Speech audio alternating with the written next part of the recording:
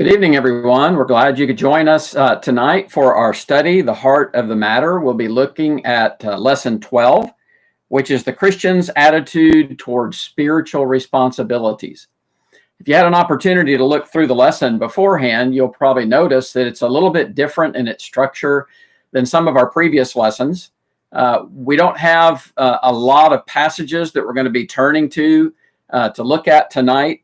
The lesson really is the outgrowth of just a couple of main passages, the first of which is going to come from Matthew 25, verses 14 through 30. So if you'd like to open your Bibles there, we're going to read through what we generally call the parable of the talents. And while you're turning there, let me just observe with you that in the context here, Jesus is talking in chapters 24 and 25 in Matthew of things to come. He's issuing his own prophecies here about what is to come in the future. And I believe, and there's a lot of controversy on the structure of these two chapters, especially chapter 24. I believe what Jesus has done is began talking about the destruction of Jerusalem, which would be accomplished in AD 70. And I think there are various clues to that given early in Matthew 24. But then in the middle of that chapter, he makes a subtle transition to talking about the final judgment, the end of all time, the accountability of all men to God. That's a subject we've already talked about in this series of lessons. But I believe Jesus has taken the coming destruction of Jerusalem, and he's now expanded that into talking about the final end of all things, the final judgment. That's really not an unusual format to prophecy. If we're familiar with some Old Testament prophecies, you see that this same kind of transition occurs elsewhere. For example, in 2 Samuel 7, when God is telling David he's going to build him a house, not that David will build God a house, that is a temple, but God says, I'm going to build you a house. And he talks first about Solomon, but then in the context expands that out to talk about eventually the Messiah to come.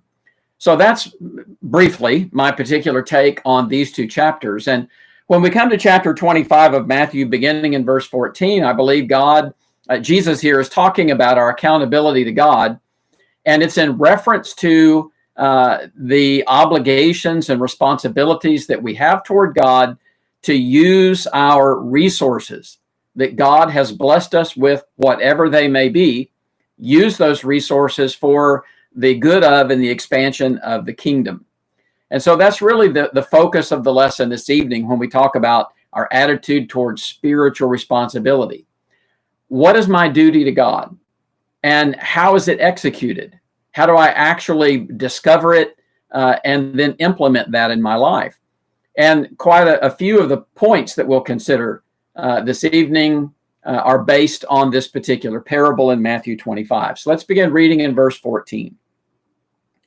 For the kingdom of heaven is like a man traveling to a far country who called his own servants and delivered his goods to them. And to one he gave 5 talents, to another 2, and to another 1, to each according to his own ability. And immediately he went on a journey. Then he who had received the 5 talents went and traded with them and made another 5 talents. And likewise he who had received 2 gained 2 more also. But he who had received 1 went and dug in the ground and hid his Lord's money. After a long time, the Lord of those servants came and settled accounts with them. So he who had received 5 talents came and brought 5 other talents, saying, Lord, you delivered to me 5 talents. Look, I have gained 5 more talents besides them. His Lord said to him, well done, good and faithful servant. You were faithful over a few things. I will make you ruler over many things. Enter into the joy of your Lord. He also who had received 2 talents came and said, Lord, you delivered to me 2 talents. Look, I have gained 2 more talents besides them. His Lord said to him, well done, good and faithful servant. You have been faithful over a few things. I will make you ruler over many things. Enter into the joy of your Lord.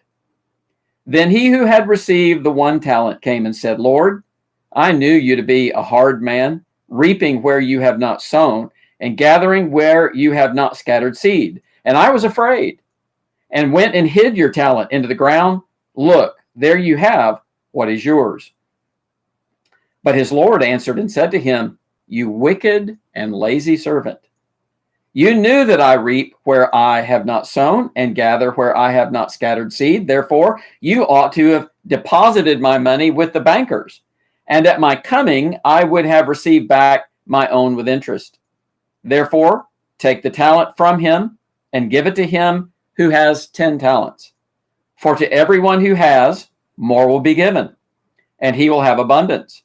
But from him who does not have, even what he has will be taken away. And cast the unprofitable servant into the outer darkness, and there will be weeping and gnashing of teeth. I suspect that this parable makes us feel a little bit uncomfortable, and perhaps it should. Perhaps that's part of the reason Jesus is sharing it with us, because it does place personal responsibility upon us. It doesn't place all responsibility upon us, and as we'll see as we go along, how we might be able to view and discharge this responsibility. But we do have a proactive responsibility, a burden of obligation to use our lives and use our resources that God has given us to serve him and serve the kingdom, to advance, to further his causes in this world. We have a duty. We who believe in Christ and are moved by his sacrifice for us, we have a responsibility that is not to be taken lightly by any means. So the parable is likely not very comfortable for us, but let's see if we can work through it and draw out some points that might help us.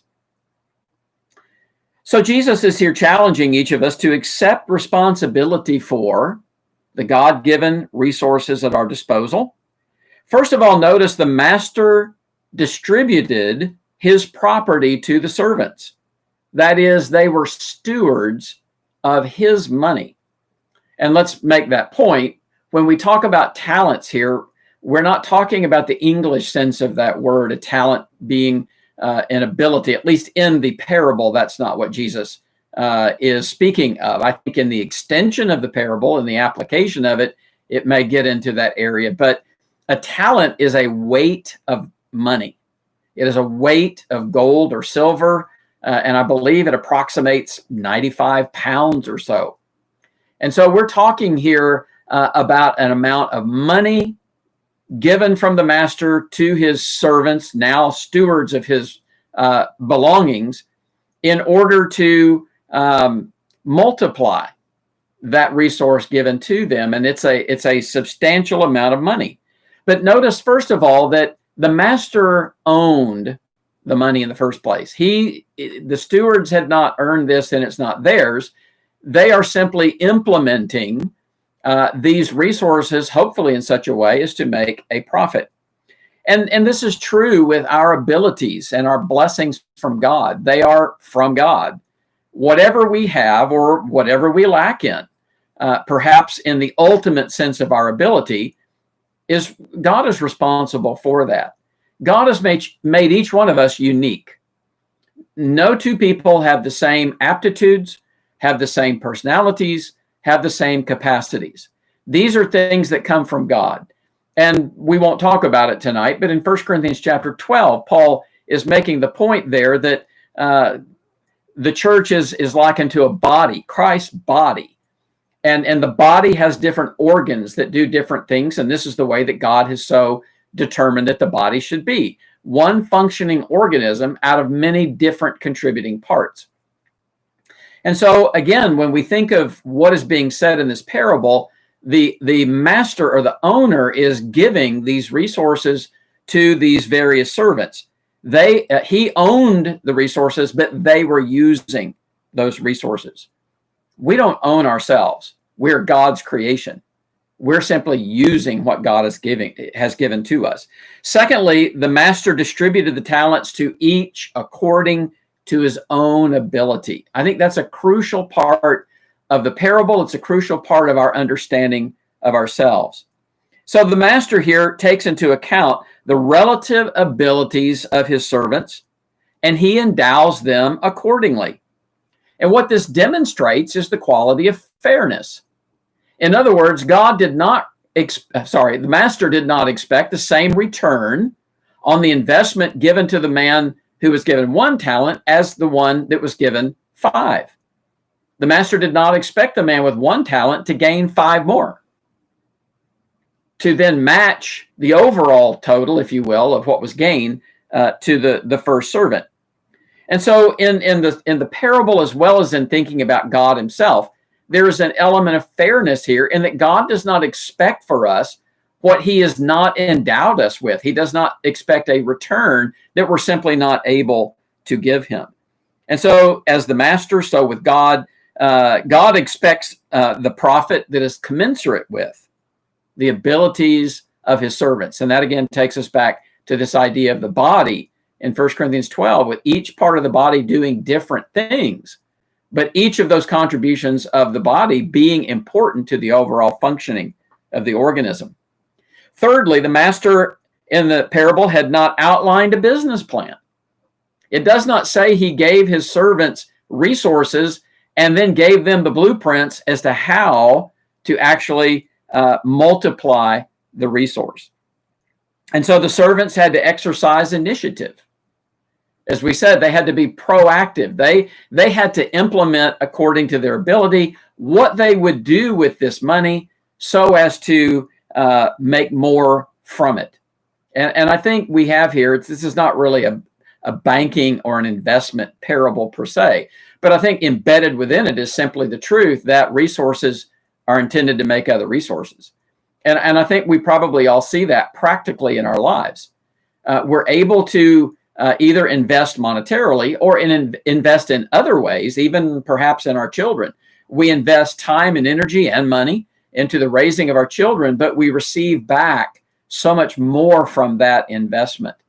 And so this seems to be a pretty much a general principle of human life. We invest to make a profit, whether that's monetarily or otherwise. I think we'll see this principle again when we look briefly at 2 Corinthians 8 and 9 in this lesson. One of these servants, of course, did not exercise that initiative. He did nothing in the absence of a plan or a blueprint, and he merely hid the talent and did nothing with it, and the master was not pleased with that servant. And then finally, point number 4 in your notes here, the master expected more to be returned than the original investment. And so the man given 1 talent, which, by the way, we note here, is still a lot of money. If it's a talent of gold or silver, that's a lot of money. We think of the 1 talent man as really not having much. He was given a lot, but again, it was commensurate with his ability. But we said in our notes here, maybe 20 to 30 years of wages would be involved. He was punished for not returning a profit. He didn't lose anything, but he did not gain according to what could have been done with that money. And so this is the cause for the master not being pleased with him. So let's shift gears and think about this in a spiritual context. How does this apply today? Well, I think it's fair to say from the parable that each of us has been given talents. Talents, not so much an amount of money, though money could be involved in this, but we've been given intellect, again, perhaps of varying degrees. But in this country and in regard to most people, there's a significant amount of intellect that comes to us both genetically and culturally from our society. We're among the most educated people on the planet because of the opportunities that we have and the leisure time and the safety and the peace we live in to actually pursue intellectual ends. And so we're given intellect by God, again, in various degrees. We're given personality, and that, of course, comes in different sizes and shapes. We're given physical strength to varying degrees. We're given the freedom of a prosperous and peaceful country. We have all kinds of advantages. We have all kinds of blessings that come from God, and these all have potential for being useful in God's kingdom. Note again, we're only responsible for the abilities we possess. And what that means is our faithfulness to God is not a competition with others. I'm only responsible for what God has enabled me to do. Now, I am responsible for that. And again, that can be a frightening responsibility. But I'm not in competition with anybody else. God is not judging me against what somebody else has done. And aren't we glad about that? Because we can all point to other people in the kingdom that excel us. And if it's not somebody we know, which I'm sure it would be, there's the Apostle Paul. Which of us will stand the test of that examination, that competition? Who among us can compete with what the Apostle Paul accomplished in his life? I dare say none of us. But it's not a competition with Paul. It's not a competition with the preacher or an elder. It's not a competition with my fellow sister in the congregation. It's not a competition with my friends. And for me to feel pressure to do the kinds of things that they're doing or even one up them. And so we each have a pool, a resource of talents and abilities and advantages and blessings in whatever form that may be to serve God with that. That's the burden laid upon each and every one of us. And in order to discharge this responsibility, we must exercise initiative to put these talents to use. As we note here, God may open doors for us, but he will not force us to act. We may have an opportunity dropped right in our lap to speak to someone, to study with someone, to encourage, to counsel someone. But if we just decide we don't want to be bothered, or we've got other things to do, or we don't feel comfortable, or we don't feel competent, God isn't going to force us to serve him. Just as in the parable, the master left. He left his servants with these blessings, these talents of money. And he did not stand over them and micromanage what they were doing and, again, lay out a blueprint for them. They had to take the initiative to do that on their own, and so do we. We must recognize the opportunities when they come. We must respond to them. We must work to achieve God's desires and God's ends. There's another element of this, though, that I want us to think about. And it may be not quite so obvious as having a resource just plunked down in our lap. And that is point number 3 here under section B, 1B3 in our notes. We must work to hone the latent or the undeveloped skills that lie within. And I personally believe that most Christians have tremendous stores of talent that lie buried and unused. And there may be a lot of reasons for that. There may be reasons why we don't excel in these things. It may be that we're distracted by life, by the things going on around us, by our earthly pursuits. It may be that we're insecure, that we fear being put on the firing line. We fear stepping out for what may happen to us. And so I think that very likely we all have more ability than we think we have. And I mean, to be honest about it, if we downgrade our sense of ability, then I think in some way that relieves us of responsibility. So if I downgrade my talents, as it were, then in some way I might be trying to escape the responsibility. So it's easy for us to say, oh, I can't do this, fill in the blank. I can't teach, or I can't preach. No, that's not for me. I really can't. And I think that maybe we hide behind a sense of false humility in that when we're really afraid to actually execute. We're afraid to actually do with our talents or develop the ability that we have that may still be a raw ability, but it needs work. I mean, most things in life do. Not many things in life just pop out of us naturally. Most things, if they're worth doing, we have to work at. We have to study. We have to train. We have to practice. We have to actually put ourselves on the firing line. We have to be involved and do or use the thing that we have and then fail sometimes, or learn that there's more to this than we thought, and then embark on a self-improvement project in regard to this particular ability. But many of our talents don't just spring forth fully developed, fully formed. We have to dig it out of ourselves. We have to recognize what's there, and then we have to work to develop it. So again, sometimes we hide from our obligations behind, we think, plausible and comfortable excuses, when that excuse may not fly with the Lord. And so also in the parable, Jesus demonstrates, I think, very clearly that, as we again have previously studied, and a lot of these lessons are building on previous ones, Jesus demonstrates that a day of reckoning is coming. We've talked about the day of judgment coming. We've talked about giving an answer to God, and that's going to be an individual undertaking for each of us. We can't rely on the group. We can't rely on the church. We can't rely on the family. We can't rely on our friends to stand there with us and advocate for us. We're going to stand before the Lord to give an account for whether or not we have genuine faith, and part of that genuine faith is its activity, its demonstration in our works.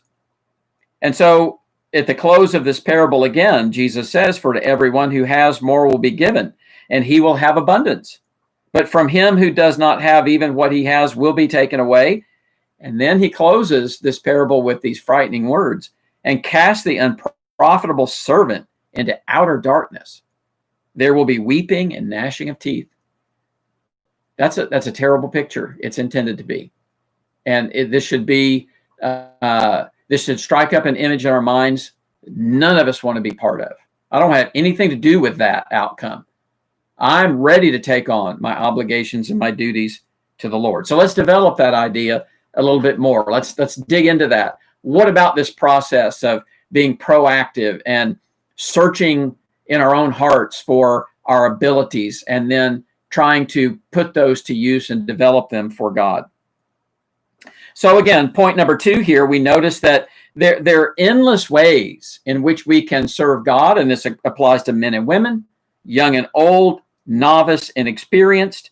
Each of us must step forward and take on the task that has been given to us. And I do believe everyone has a task.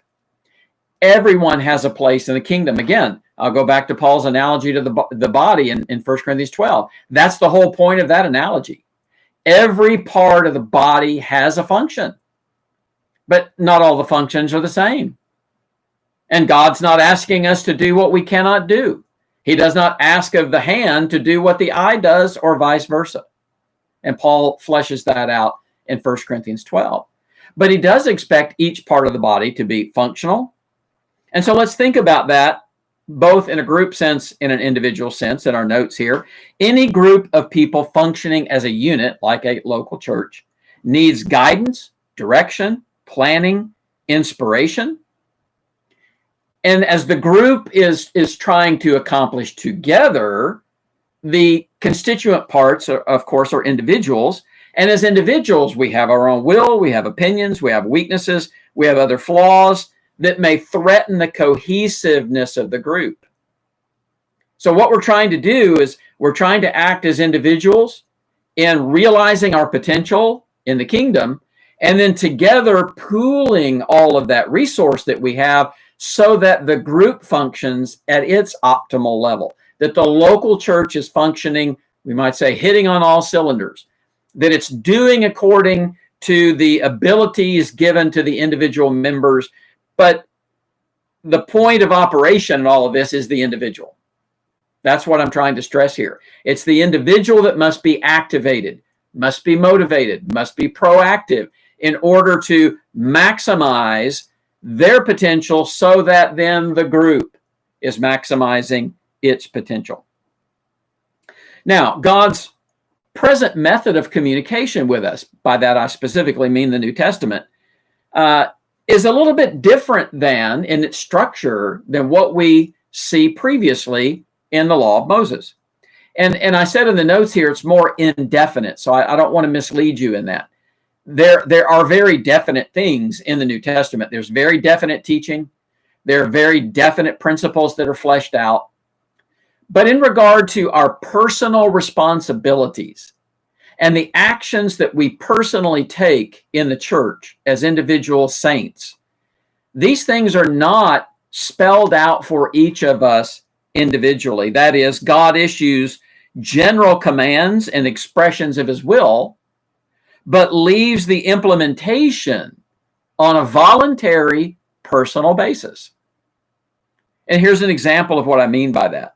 The New Testament speaks at length of the importance and the need for evangelists, for men who dedicate their lives to teaching others, both the lost and the saved, to evangelize the lost and to edify those that are saved. We see examples of that in Timothy and in Titus and others in the New Testament that labor in this particular way. However, there is no direct issuance of a call to a specific individual. Now, I know a lot of people would disagree with that. And they do believe that they have gotten some sort of objective call from God. But I personally believe, without discussing that in detail, that that's a misunderstanding. I think what happens oftentimes is there may be an inner yearning on our part that some easily identify as God communicating with us in some direct fashion, or the Holy Spirit, as it's commonly said, laying something on our heart, when really all that's happening is I read God's word and I read about work that needs to be done, and then I look at myself and my conscience kicks in and says, I think I can do that. And if I think I can do that, perhaps I ought to do that. And that reasoning going on in an individual's mind, which should be going on in all of our minds regarding our obligations to God, I think that gets interpreted by some as being God calling them in some direct way. But I don't believe really that's what happens. I believe what happens is God is giving us general teaching. Here's the work of an individual. Here's the work of the church. Here are the things that I expect to be done in this life. Here's the way I expect you to act. Now, you figure out what applies to you. I'll help you. I'll help you with this. I'll help develop you. I've given all kinds of mechanisms, elders and teachers and the local church and fellowship with these brethren, perhaps mothers and fathers and brothers and sisters. God will supply us in many different ways. The truth itself, the revelation of his word to us. God will supply us and equip us in all these different ways, but we have to take the initiative to jump in and to do what God wants us to do and to examine our lives in this regard. So it's going to be up to an individual man. In this case, we're thinking of a preacher at large to others. And this is a role. Again, this is not a popular teaching in today's society, but this is a role in Scripture restricted to men, to males. There are many, many other good and important works for women to do, but in public proclamation of the truth in a mixed company, a mixed audience, God lays that responsibility upon men. And so men, we need to ask ourselves, is this something I have an ability to do? Perhaps it's latent, it's not developed, but I believe that there is within me the ability to serve God, if not in a public preaching role, perhaps in a teaching role, perhaps in a one-on-one teaching role. If we have children, we're all going to have to be teachers. We're going to have to learn that and figure it out with our children at the very least. But the responsibility goes beyond that. So it's now my obligation to look at that, or any number of it, leading the singing or saying a prayer or serving the needy in the congregation, attending to the needs of a particularly female nature that would require a woman servant of the Lord dealing with that. There's all kinds of things that arise in the individual lives of Christians, needs and challenges that can be met by men or women, but some are female specific. There are some things that arise that the best one to handle that is a woman. And I know that sort of makes some men bristle, but I'm firmly convinced that is the truth. There are some things that a woman will be best able to handle and more effective in handling than perhaps an elder. And so men or women, we need to look at ourselves and say, What has God equipped me to do? And am I willing to do that? Am I willing to jump in? Am I willing to develop myself so that I can be the best servant I can be, given the 5, 2, or 1 talent, if you will, that I've been given? Each man must examine for himself in all honesty and evaluate his traits and abilities, and then say, is this a work for which God has adequately equipped me? Do I have the latent skills that could be developed and used in this regard, whatever it may be? I've done this along with every other Christian, I would hope, to one degree or another. But I know one particular way in which this has happened in my life was the opportunity to go overseas for a few years. And I felt that not only I could do that, but I should do that. And we were able to do that. And we lived in London for 4 years.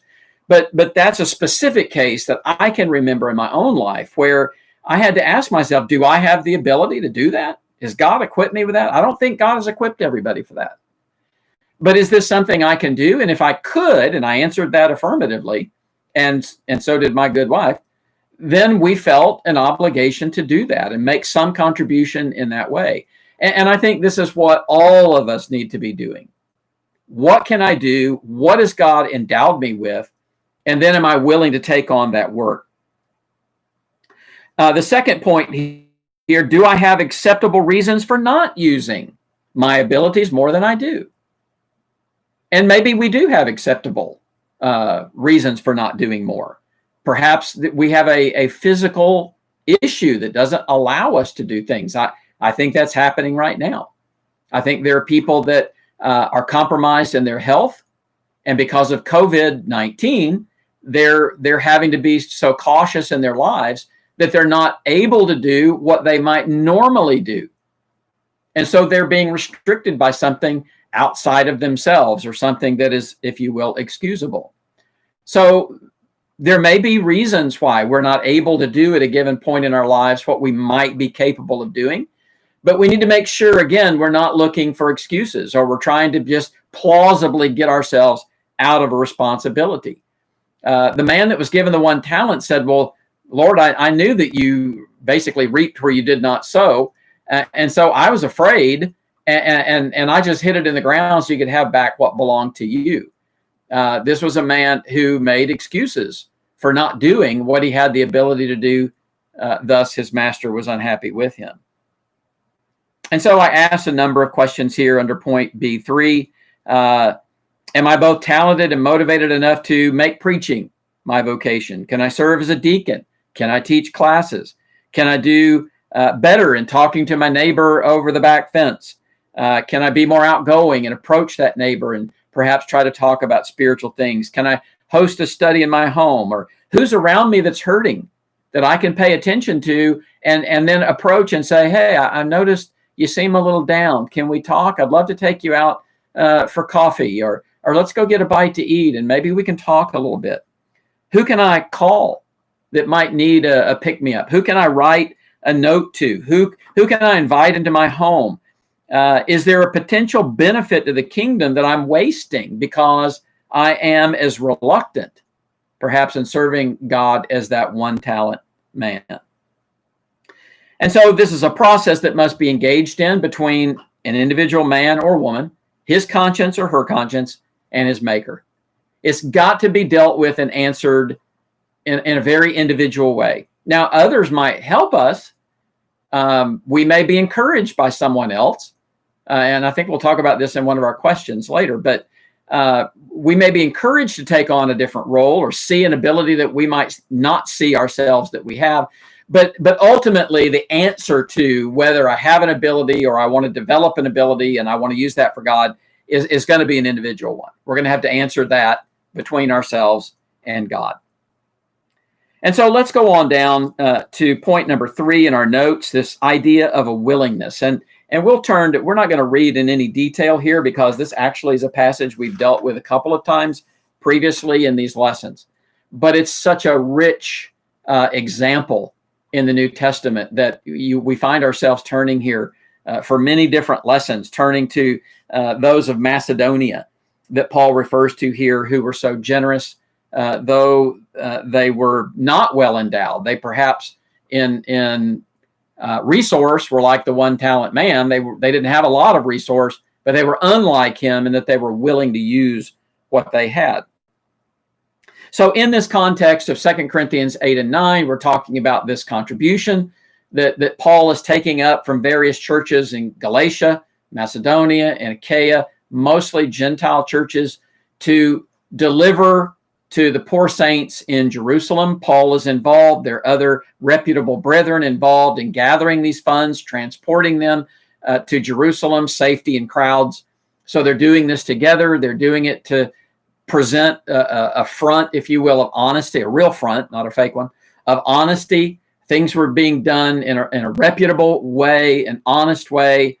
And these funds were going to be transported, which actually does take place in Acts 21, when Paul does make his way to Jerusalem. But in the course of discussing this with the Corinthians, they were flagging in their collection on every first day of the week. They were to be laying something aside so that when Paul came, a hurried collection would not have to be done, and last minute scrounging for some nickels in your pocket. Guess we couldn't do that today. We're all undergoing a national coin shortage. But anyway, there's to be laying aside, storing up resources, money, so that Paul can collect this when he comes. And so in regard to the Macedonians, early 2 Corinthians chapter 8, we might put it this way. Paul says the Macedonians gave till it hurt. He said they went above and beyond what we thought would have been reasonable for them to give. They went beyond that. In essence, truly, deeply sacrificing in order to participate in this contribution. So here's the way Paul puts it early in chapter 8, 2 Corinthians 8, verses 2 and 3 and 5. This is quoted in your notes. In a great trial of affliction, the abundance of their joy and their deep poverty abounded in the riches of their liberality. Listen to the way Paul expresses that. He just kind of goes over the top with this description. Beyond their ability, they were freely willing, and this they did, but first gave themselves to the Lord. That is crucial. These were people that genuinely were dedicated to the Lord. They had given themselves to the Lord. Thus, they looked at everything that they had as actually belonging to God. When you give yourself to God, then naturally everything that you have, you see as being dedicated to God. We talked about this a little bit last week in talking about worship versus service. So everything that we have belongs to God. All of the resources that we have are things that God has endowed us with. That doesn't mean everything we do in life is directly worshiping God. That does seem reserved for a specific way in which we're trying to glorify Him. But we are to be stewards or servants of God with all that we have and serve Him with that. And that's what the Macedonians were doing. Look at the terms: great trial of affliction, deep poverty, beyond their ability. They gave. They gave till it hurt. And Paul says they did that because they first gave themselves to the Lord. In verse 12 of chapter 8, he says, for if there is first a willing mind, it is accepted according to what one has and not according to what he does not have.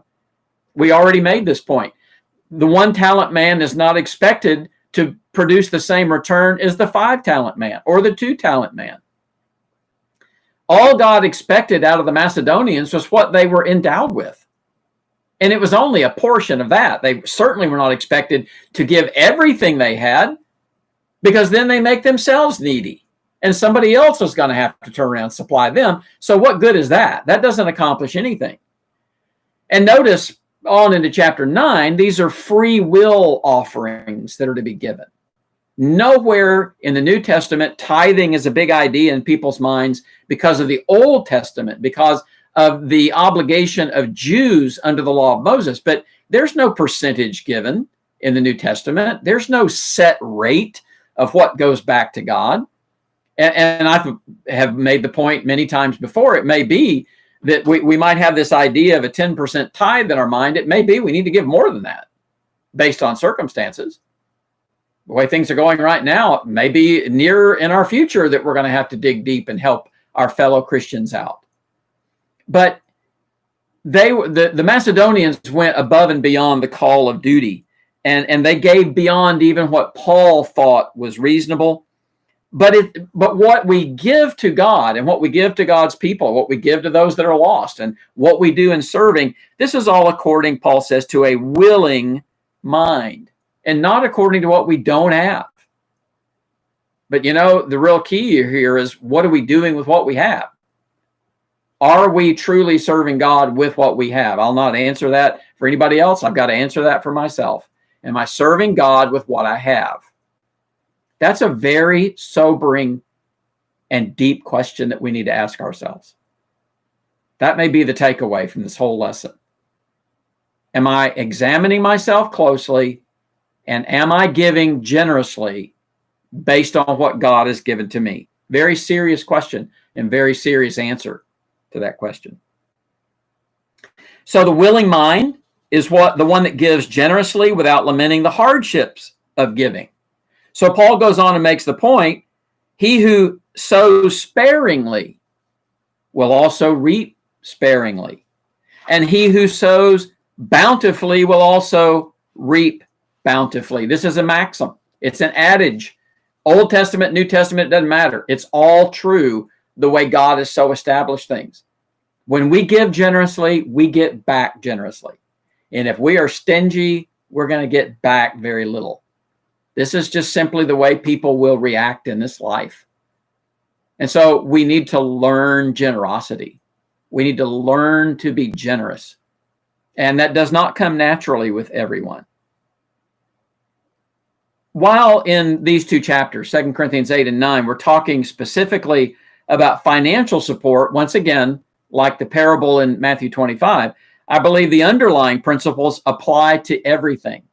Not merely giving of money, but all acts of our service toward God. Our faith must be of sufficient stature and character, that we look for ways to serve rather than reasons not to serve. I think this should be the mindset of every Christian. What more can I do? What else can I do for the Lord? What latent abilities do I have that I really need to work on and develop? I see so-and-so doing this. I can do that too. That's not arrogance.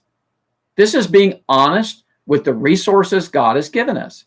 Arrogance is thinking more highly of ourselves than we ought to think. I'm suggesting, and I think these scriptures are, that we think realistically about ourselves. Not arrogantly, but realistically. What do I have that God has given me that I can use for Him and for the kingdom and for the strengthening of the kingdom and for serving individuals that I come in contact with day by day? Let's conclude with this point. Point number 4, avoiding evil is not enough. In regard to what we're talking about here, we're talking about more than just not doing wrong. In that sense, the one-talent man didn't do wrong in that he didn't lose the talent, but he didn't gain anything either. So we're talking about active service. What am I doing for the Lord? Not, well, what bad things did I not do? And so sometimes we commend ourselves for not being worse people than we are. Well, we ought not to be worse people. That's not a matter of commending ourselves. We ought not to be evil people. We ought not to be bad people. God's expecting more out of us than that. So commending ourselves for not being bad is really no commendation at all. But some say, well, I'm okay because I haven't killed anybody. Well, I haven't raped, stolen, lied, kidnapped. I haven't done all these really, really bad things in life. But again, there's no virtue in merely avoiding heinous crimes. Look, Jesus didn't just die for heinous crimes. That is, he didn't just die on the cross and shed his blood to pay the price for murderers. I mean, he did, but not only for them, or kidnappers or thieves. If I tell a little white lie, Jesus died to forgive that too. If I just misdirect someone intentionally, I didn't overtly harm them in some way, but I just sort of misdirected them away from the truth. Well, Jesus died for that too. If I cheat on a test at school, may not be the end of the world, but Jesus died for that too. You see, it's not enough that we just go through life saying, well, I didn't do anything really, really bad, because then we're really looking to ourselves for redemption. And we're looking for that redemption in not doing really, really bad things, instead of saying everything that's a violation of God's law condemns my soul. Go back to the Garden of Eden. It wasn't murder that Adam and Eve committed. It wasn't kidnapping. It wasn't stealing from somebody else. There wasn't anybody else to kidnap or steal from. They just simply obeyed what God had said about eating a piece of fruit. So it's not really in the character of that act itself, but it's in what it says about our feelings toward God and toward God's commands to us. So we're indebted to God for delivering us from all violations of his word. So we can't just take comfort in not doing the really bad things. We owe him a life of service because he saved us from everything. When Jesus died and shed his blood, that redeemed us from all of our sins. And in gratitude for that complete and absolute forgiveness of good and bad, or big things and little things that are bad, in redeeming us from all of that, we now owe him faithful service.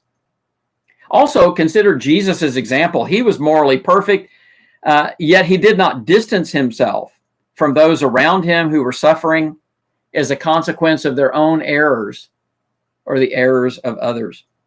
And so we live in a world where heartache, fear, debilitation, violence, other maladies plague our friends, our neighbors, our family. Are we equipping ourselves to help deal with that? Jesus came into the world to save man from his self-inflicted wounds. He did not just say, tough, you made your bed, you have to lie in it. You did this to yourself. Why should I die for you? You're the one that did it. No, none of that comes out of Jesus' mouth. And so we're surrounded by people that are suffering. They need us. If we have children, they need us. Our fellow brethren in whatever local church we're part of, they need us. They're hurting. They make mistakes. They need somebody to help them. Or they don't know as much about God's word as they need to. They need someone to teach them. Are we equipping ourselves to be that one? Do we feel duty bound? Is there first a willing heart? And that's what's driving us on to answer this call of God that he issues to all of his children. God calls all of us in his word to serve as we are able. The question is, are we hearing it? And are we responding to that call? And then finally, our spiritual awareness obligates us to accept personal responsibility. When God acts providentially in this world, oftentimes that providence is through people. You've been blessed, and I've been blessed in my life by many, many, many other people that were carrying out God's will in their life. Can't even begin to tell you how rich a life I have had because of other people doing what God wanted them to do. What's my obligation in that? It's for me to be that to someone else. It's for me then to try to be a blessing in someone else's life because I've equipped myself through study, through meditation, through prayer, through the encouragement of others. I've prepared myself now to be able to contribute to others that are in need and hurting. It's the least we can do for what the Lord has done for us. Okay, in the few minutes we have here, let's touch on these 4 questions fairly quickly. Number 1, discuss possible reasons why one would desire to serve as an elder. And I picked this one out specifically. It's a very specific question. But I want young and middle-aged and even older men to think about this ultimate service, this serving as a shepherd of God's people. Because if we don't think about it, if we don't force ourselves to go there, it's just easy to say, oh, no, I could never be an elder. No, that's not for me. And again, it kind of sounds humble. No, somebody else will do that better than me. Well, if everybody does that, if all Christian men do that, there won't be any elders. So somebody's got to say, I think I might be able to do that. I mean, that's not arrogance. That's looking at yourself honestly and considering what abilities God has given me. Yes, we have to work on them, develop them, hone them, but we've got to acknowledge it in the first place. First thing Paul says in 1 Timothy 3 is he who desires the work or the service of an elder. And so possible reasons, well, it isn't for money and it isn't for prestige. We're not going to gain the world's admiration by being an elder. In fact, we might gain a lot of criticism from it from some quarters. But it is a service to render to God's people. I think of Moses in this regard. That Moses undertook this huge challenge to lead the Israelites out of bondage, kicking and screaming at first. But God won the persuasion battle there. But Moses was so reluctant at first, but look what he sacrificed. He came to the last 1/3 of his life, the last 40-year span. 40 years in Egypt, 40 years in exile, 40 years with the Israelites. And on many counts, that was a miserable 40 years. But Moses was serving God's people. He knew these were God's people. And he said that to the Lord over and over again. These are your people. And he understood that. And so that helped him take on that mantle of responsibility, even putting up with a whole generation of Israelites that were murmurers and complainers and whiners and were barred from entering into the land of Canaan. What a 40 years that was, knowing they weren't going in. And then, of course, Moses, too, wasn't able to enter in because of his own disobedience to God. But what a challenge that would have been for any of us, and it was for Moses. We read about that challenge quite clearly in the Old Testament. But Moses understood these were the people of God and they needed help. And also, we have an ability that we owe to God to use for the fruitfulness of the kingdom.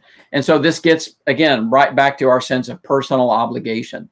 If I have an ability or a talent that God has given me in some way, it's going to be very hard for me to live out my life as a Christian and not respond to that. Well, we might do it for a while, but I think over the course of time, it's going to eat us up from the inside out. And it might then create other debilitations within us that would not be good for us. For our own spiritual health, we need to acknowledge what abilities we have and then put them to use. In this case, we're thinking about being an elder. And then the bottom line, I think, of being an elder is I'm just helping somebody get to heaven. If I can help someone in this capacity of being a shepherd of God's people, if I can help someone get to heaven, that there is no higher calling. There's no award, from Hollywood that's better than that. There's no gold watch at the end of my career that's better than that. There's no monetary investment that's better than that. If I can help somebody get to heaven, that is an eternal investment that will, in that sense, pay dividends in someone else's life for eternity. Question 2, discuss James 4:17 in reference to exercising spiritual responsibility. This passage is a passage that actually is dealing with something that we sometimes call the sin of omission. That is, we can sin by not doing something we should have done rather than commission, doing something we shouldn't have done. So in this section from verses 13 through 17 in James chapter 4, he's talking about the man who has his business plans for the future all set out in his mind, which he says in verse 13, today or tomorrow, we will go to such and such a city, spend a year there, buy, sell, make a profit. In other words, God is not in his equation at all. This is all him acting independently, autonomously, and he's got everything laid out, and here's what I'm going to do, and here's how it's going to turn out. And James says, you don't know what's going to happen to you tomorrow in verse 14. Our lives are like a vapor. They're here for a little time and vanish away, and life is uncertain. You don't know what's going to happen to you. Instead, you ought to say, if the Lord wills, we shall live and do this or that. But you boast in your arrogance. All such boasting is evil. Now, verse 17, therefore, to him who knows to do good and does not do it, to him it is a sin. It's not enough, again, to just avoid evil. We must do what we are capable of and develop our latent talents. I believe there is a special angle to that sin of omission in verse 17, and it comes out of the context here. I think every one of us go to bed at night thinking, well, there's something more I could have done today. There's one more thing I could have done today. And I don't think that's what he's talking about. We all have endless amounts of things that we can possibly do. I think he's talking here about what you don't do because you're wrapped up in the world. You have this arrogant outlook on your life. You've got your game plan for life mapped out. You got your professional plan all in place, and you think it's totally up to you to work the plan. Well, with that mindset, there are many things perhaps that we will never do spiritually because it doesn't fit into the plan. It doesn't fit into my career goal. I am heading, here's the direction I'm going in. And by the time I'm age, 50, I want to be at this point and I'm going to knock myself out to make my plan work. That mindset inevitably is going to lead us away from spiritual accomplishments. And I believe that really is the context of verse 17. Not merely, well, there's one more thing I could have done today, so I'm a sinner because I didn't do it. I don't believe that's really the context here. That may be worthy of further discussion. And again, as I've said before, you're welcome to email me or call me, and we'll be glad to discuss any of these things further. Question 3, describe the element of spiritual responsibility in these 3 passages that I've given. So Galatians 6 is restoring those that have been overtaken in a trespass. And the main focus, he says there, and so fulfill the law of Christ. When we are serving those weak ones that have fallen, we're fulfilling the law of Christ because we're actually actively engaged in helping someone up. James 5, if anyone's wandering and someone turns him back,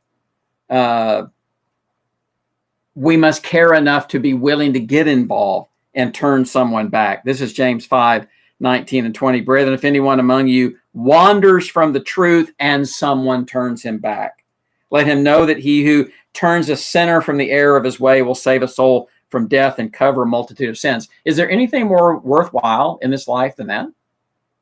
That here's a person wandered from the truth, but I've equipped myself and I'm acquainted enough with truth to be able to turn that person back and persuade them to come back. Sometimes you try and it doesn't happen. But if it does happen and you are successful, there's no Oscar, Emmy, yacht, private plane, earthly achievement that would ever rival that. Philippians 2 tells us to not only look out for our own interests, but the interests of others. And again, this is really the height of what it means to be a Christian. We're surrounded by needy people that really need us to step in and help them. And are we equipping ourselves to do that? Well, for the sake of time, I'm going to bypass number 4. Perhaps that's something you can discuss with your families or a friend, and you can flesh that out a little bit more practical ways in which Christians can help each other grow in reference to spiritual responsibilities, because these are things really we ought to be doing day in and day out in our lives. Well, thank you for joining us this evening. Hope the study has been helpful. As I've said, all of these studies, there are many other things you can go off into, but we hope these are sort of seed thoughts to get the wheels turning in your head and perhaps give you food for thought as your week unfolds, and you can consider your life perhaps in more detail and examine yourself and see, well, where am I going and where do I need to go in a better direction? So I hope the lesson tonight's been helpful. Have a great week. Thanks again for joining in the study tonight.